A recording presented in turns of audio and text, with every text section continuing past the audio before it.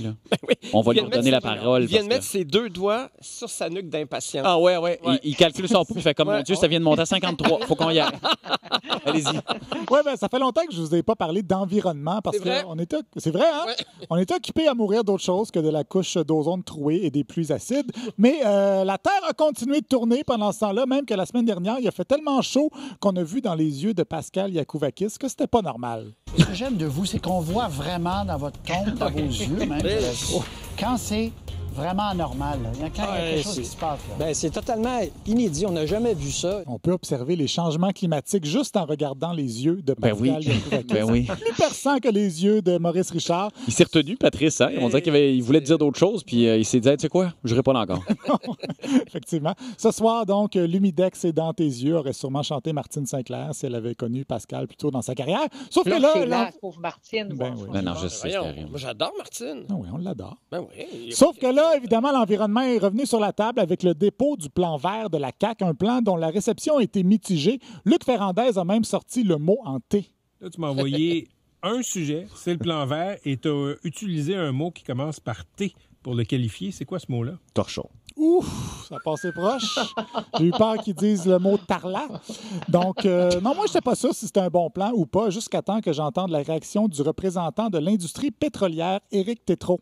Moi, je voulais entendre l'autre côté, c'est-à-dire les méchants de l'industrie gazière, les méchants de l'industrie pétrolière, ce que eux en pensent. Donc, nous avons Éric Tétrault, ici, président de l'Association de l'énergie du Québec. Enfin. Bonjour, M. Tétrault.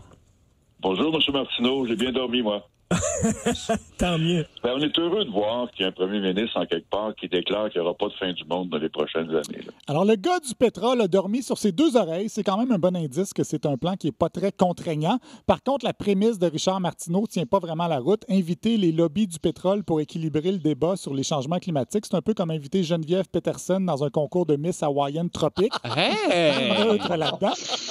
Et avec le dépôt du plan vert, il y a notre ami Rénal Duberger, le climato-sceptique officiel de Radio X, qui avait été mis en jachère parce qu'il était très pro-masque. Mais là, il est revenu, il est de retour. Et lui, il trouve que l'idée d'interdire les voitures à essence après 2035, c'est pas super, surtout qu'on va être obligé de détruire plein d'affaires pour installer des bornes de recharge. Dans 1000 ans, les archéologues vont déterrer la ville de Québec ou le Québec en entier. Ils vont trouver des petits poteaux. Ils vont dire...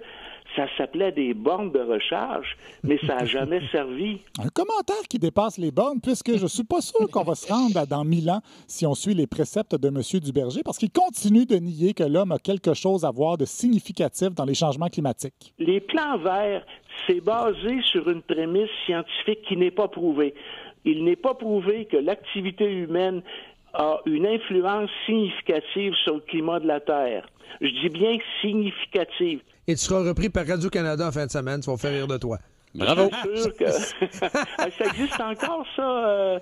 La soirée est encore jeune? Je sais pas. Tu peux les saluer?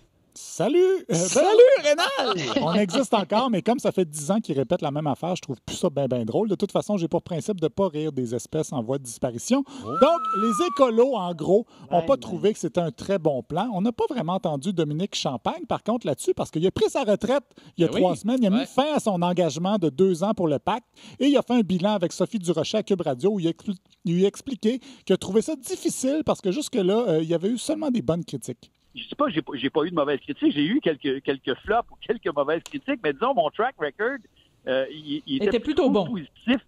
Oui. Et là, mon Dieu Seigneur, tu sais, ça a pas pris 2 jours. Et là, moi, je me suis mis à déraper. C'est-à-dire que j'ai fait un fou de moi à un moment donné à la soirée est encore jeune, où je m'attendais pas là, à ce que la réaction négative soit si forte. Bon, en fait, la réaction n'était pas négative. Je pense qu'il a mal lu la salle. Oui, un peu. Mais depuis, on s'est réconciliés. De toute façon, la preuve, c'est que Jean-Sébastien a signé le pacte ce matin.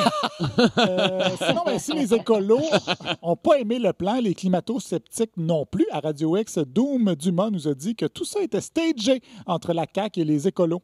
Et tu dis souvent, Dom, comment c'est arrangé comme à la lutte, là, des bouts. Là. Aujourd'hui, toute la gang de Green qui vont sortir pour dire « Votre plan vert, c'est pas assez, il devrait avoir plus de milliards, ça devrait être plus vite pour les voitures. » Ça, c'est pour faire avoir l'air le gouvernement de la CAQ modéré. Parce que ça va avoir du monde plus extrémiste qu'eux autres. Mais en réalité, ils sont pas mal d'accord. Là. Mais en réalité, ils sont extrémistes parce qu'ils sont les plus extrémistes au Canada. Oui, la CAQ, c'est dangereux extrémiste écolo. On l'avait pas vu venir, celle-là. Éric Duhem, qui trouve aussi que François Legault, il a changé. Donc, il va se manoiser François Legault, on va tout voir ça. Manon Massé-Isé. Oui, François Legault, le nouveau Manon Massé. Et c'est pas tout, parce que l'environnement, c'est aussi une source d'inquiétude à cause de Noël. L'affaire, c'est qu'il y en a qui exagèrent, comme ce maire français qui a dit qu'il n'allait pas installer d'arbre de Noël parce qu'il ne veut pas couper d'arbres. Un petit peu intense, c'est vrai. S'il n'y a pas d'arbre de Noël, on va faire quoi à la Chandeleur, Jean-Sébastien? Oh! Mathieu Bock-Côté est quand même d'accord que de rien faire contre le climat, c'est un suicide collectif, mais il trouve quand même que des fois, ça va trop loin, surtout quand on veut éradiquer nos traditions. Éradiquer toutes les traces de la culture du monde d'hier. Et puis dès lors, on va chasser l'arbre de Noël parce que c'est un symbole de manque de sensibilité envers la végétation. Je redoute de ce point de vue l'avenir des fleuristes, pauvres eux. Et il y a toute quand on entre dans ce délire-là, on faisait une blague il y a quelques années en disant pour un écolo, si vous marchez sur le gazon, vous êtes un bourreau parce que vous torturez les brins d'herbe. On est rendu là à peu près. On est rendu là, rien de moins. Je milite moi-même pour l'abolition de la tondeuse, cette guillotine du monde végétal. Il faudra aussi attendre de pouvoir décorer, pour pouvoir décorer les tramways avec des guirlandes de Noël à Québec, parce que le BAP, dans son rapport qui est conspué par certains experts, mais applaudi par les amateurs de pétrole brut, a dit que le projet de tramway, c'était pas idéal. Et Stéphane Dupont du FM 93 a voulu nous faire comprendre pourquoi avec une analogie du 20e siècle. C'est comme si tu étais avec ta blonde dans un magasin de sacoches. Tu dis, c'est beau ici, on va rentrer. Mais elle n'a pas besoin de sacoches. Elle en a déjà 8, comprends? Et là, elle rentre dans le magasin de sacoches. Elle est hot, elle est belle, elle. OK, mais ça fit-tu? Ouais, pas tant. OK, mais quand même à 2000, la sacoche. Ouais, mais vraiment belle. Ouais, mais tu sais, est-ce qu'on en a besoin? Est-ce que vraiment, t'en as pas une qui ressemble à ça? Tu sais, j'exagère un peu. Mais la réalité, ce qui me fait voir de ça, c'est que ce projet-là a aucun bon sens. Aucun bon sens, comme les sacoches. Voilà qui devrait faire mieux comprendre aux monsieur qui magasinent des sacoches pour leur madame pourquoi c'est un mauvais projet. Les autres personnes vont juste se dire qu'une autre analogie sexiste, c'est comme le tramway. Peut-être que Québec a effectivement pas besoin de ça, Jean-Philippe. Merci beaucoup, Olivier Niquette.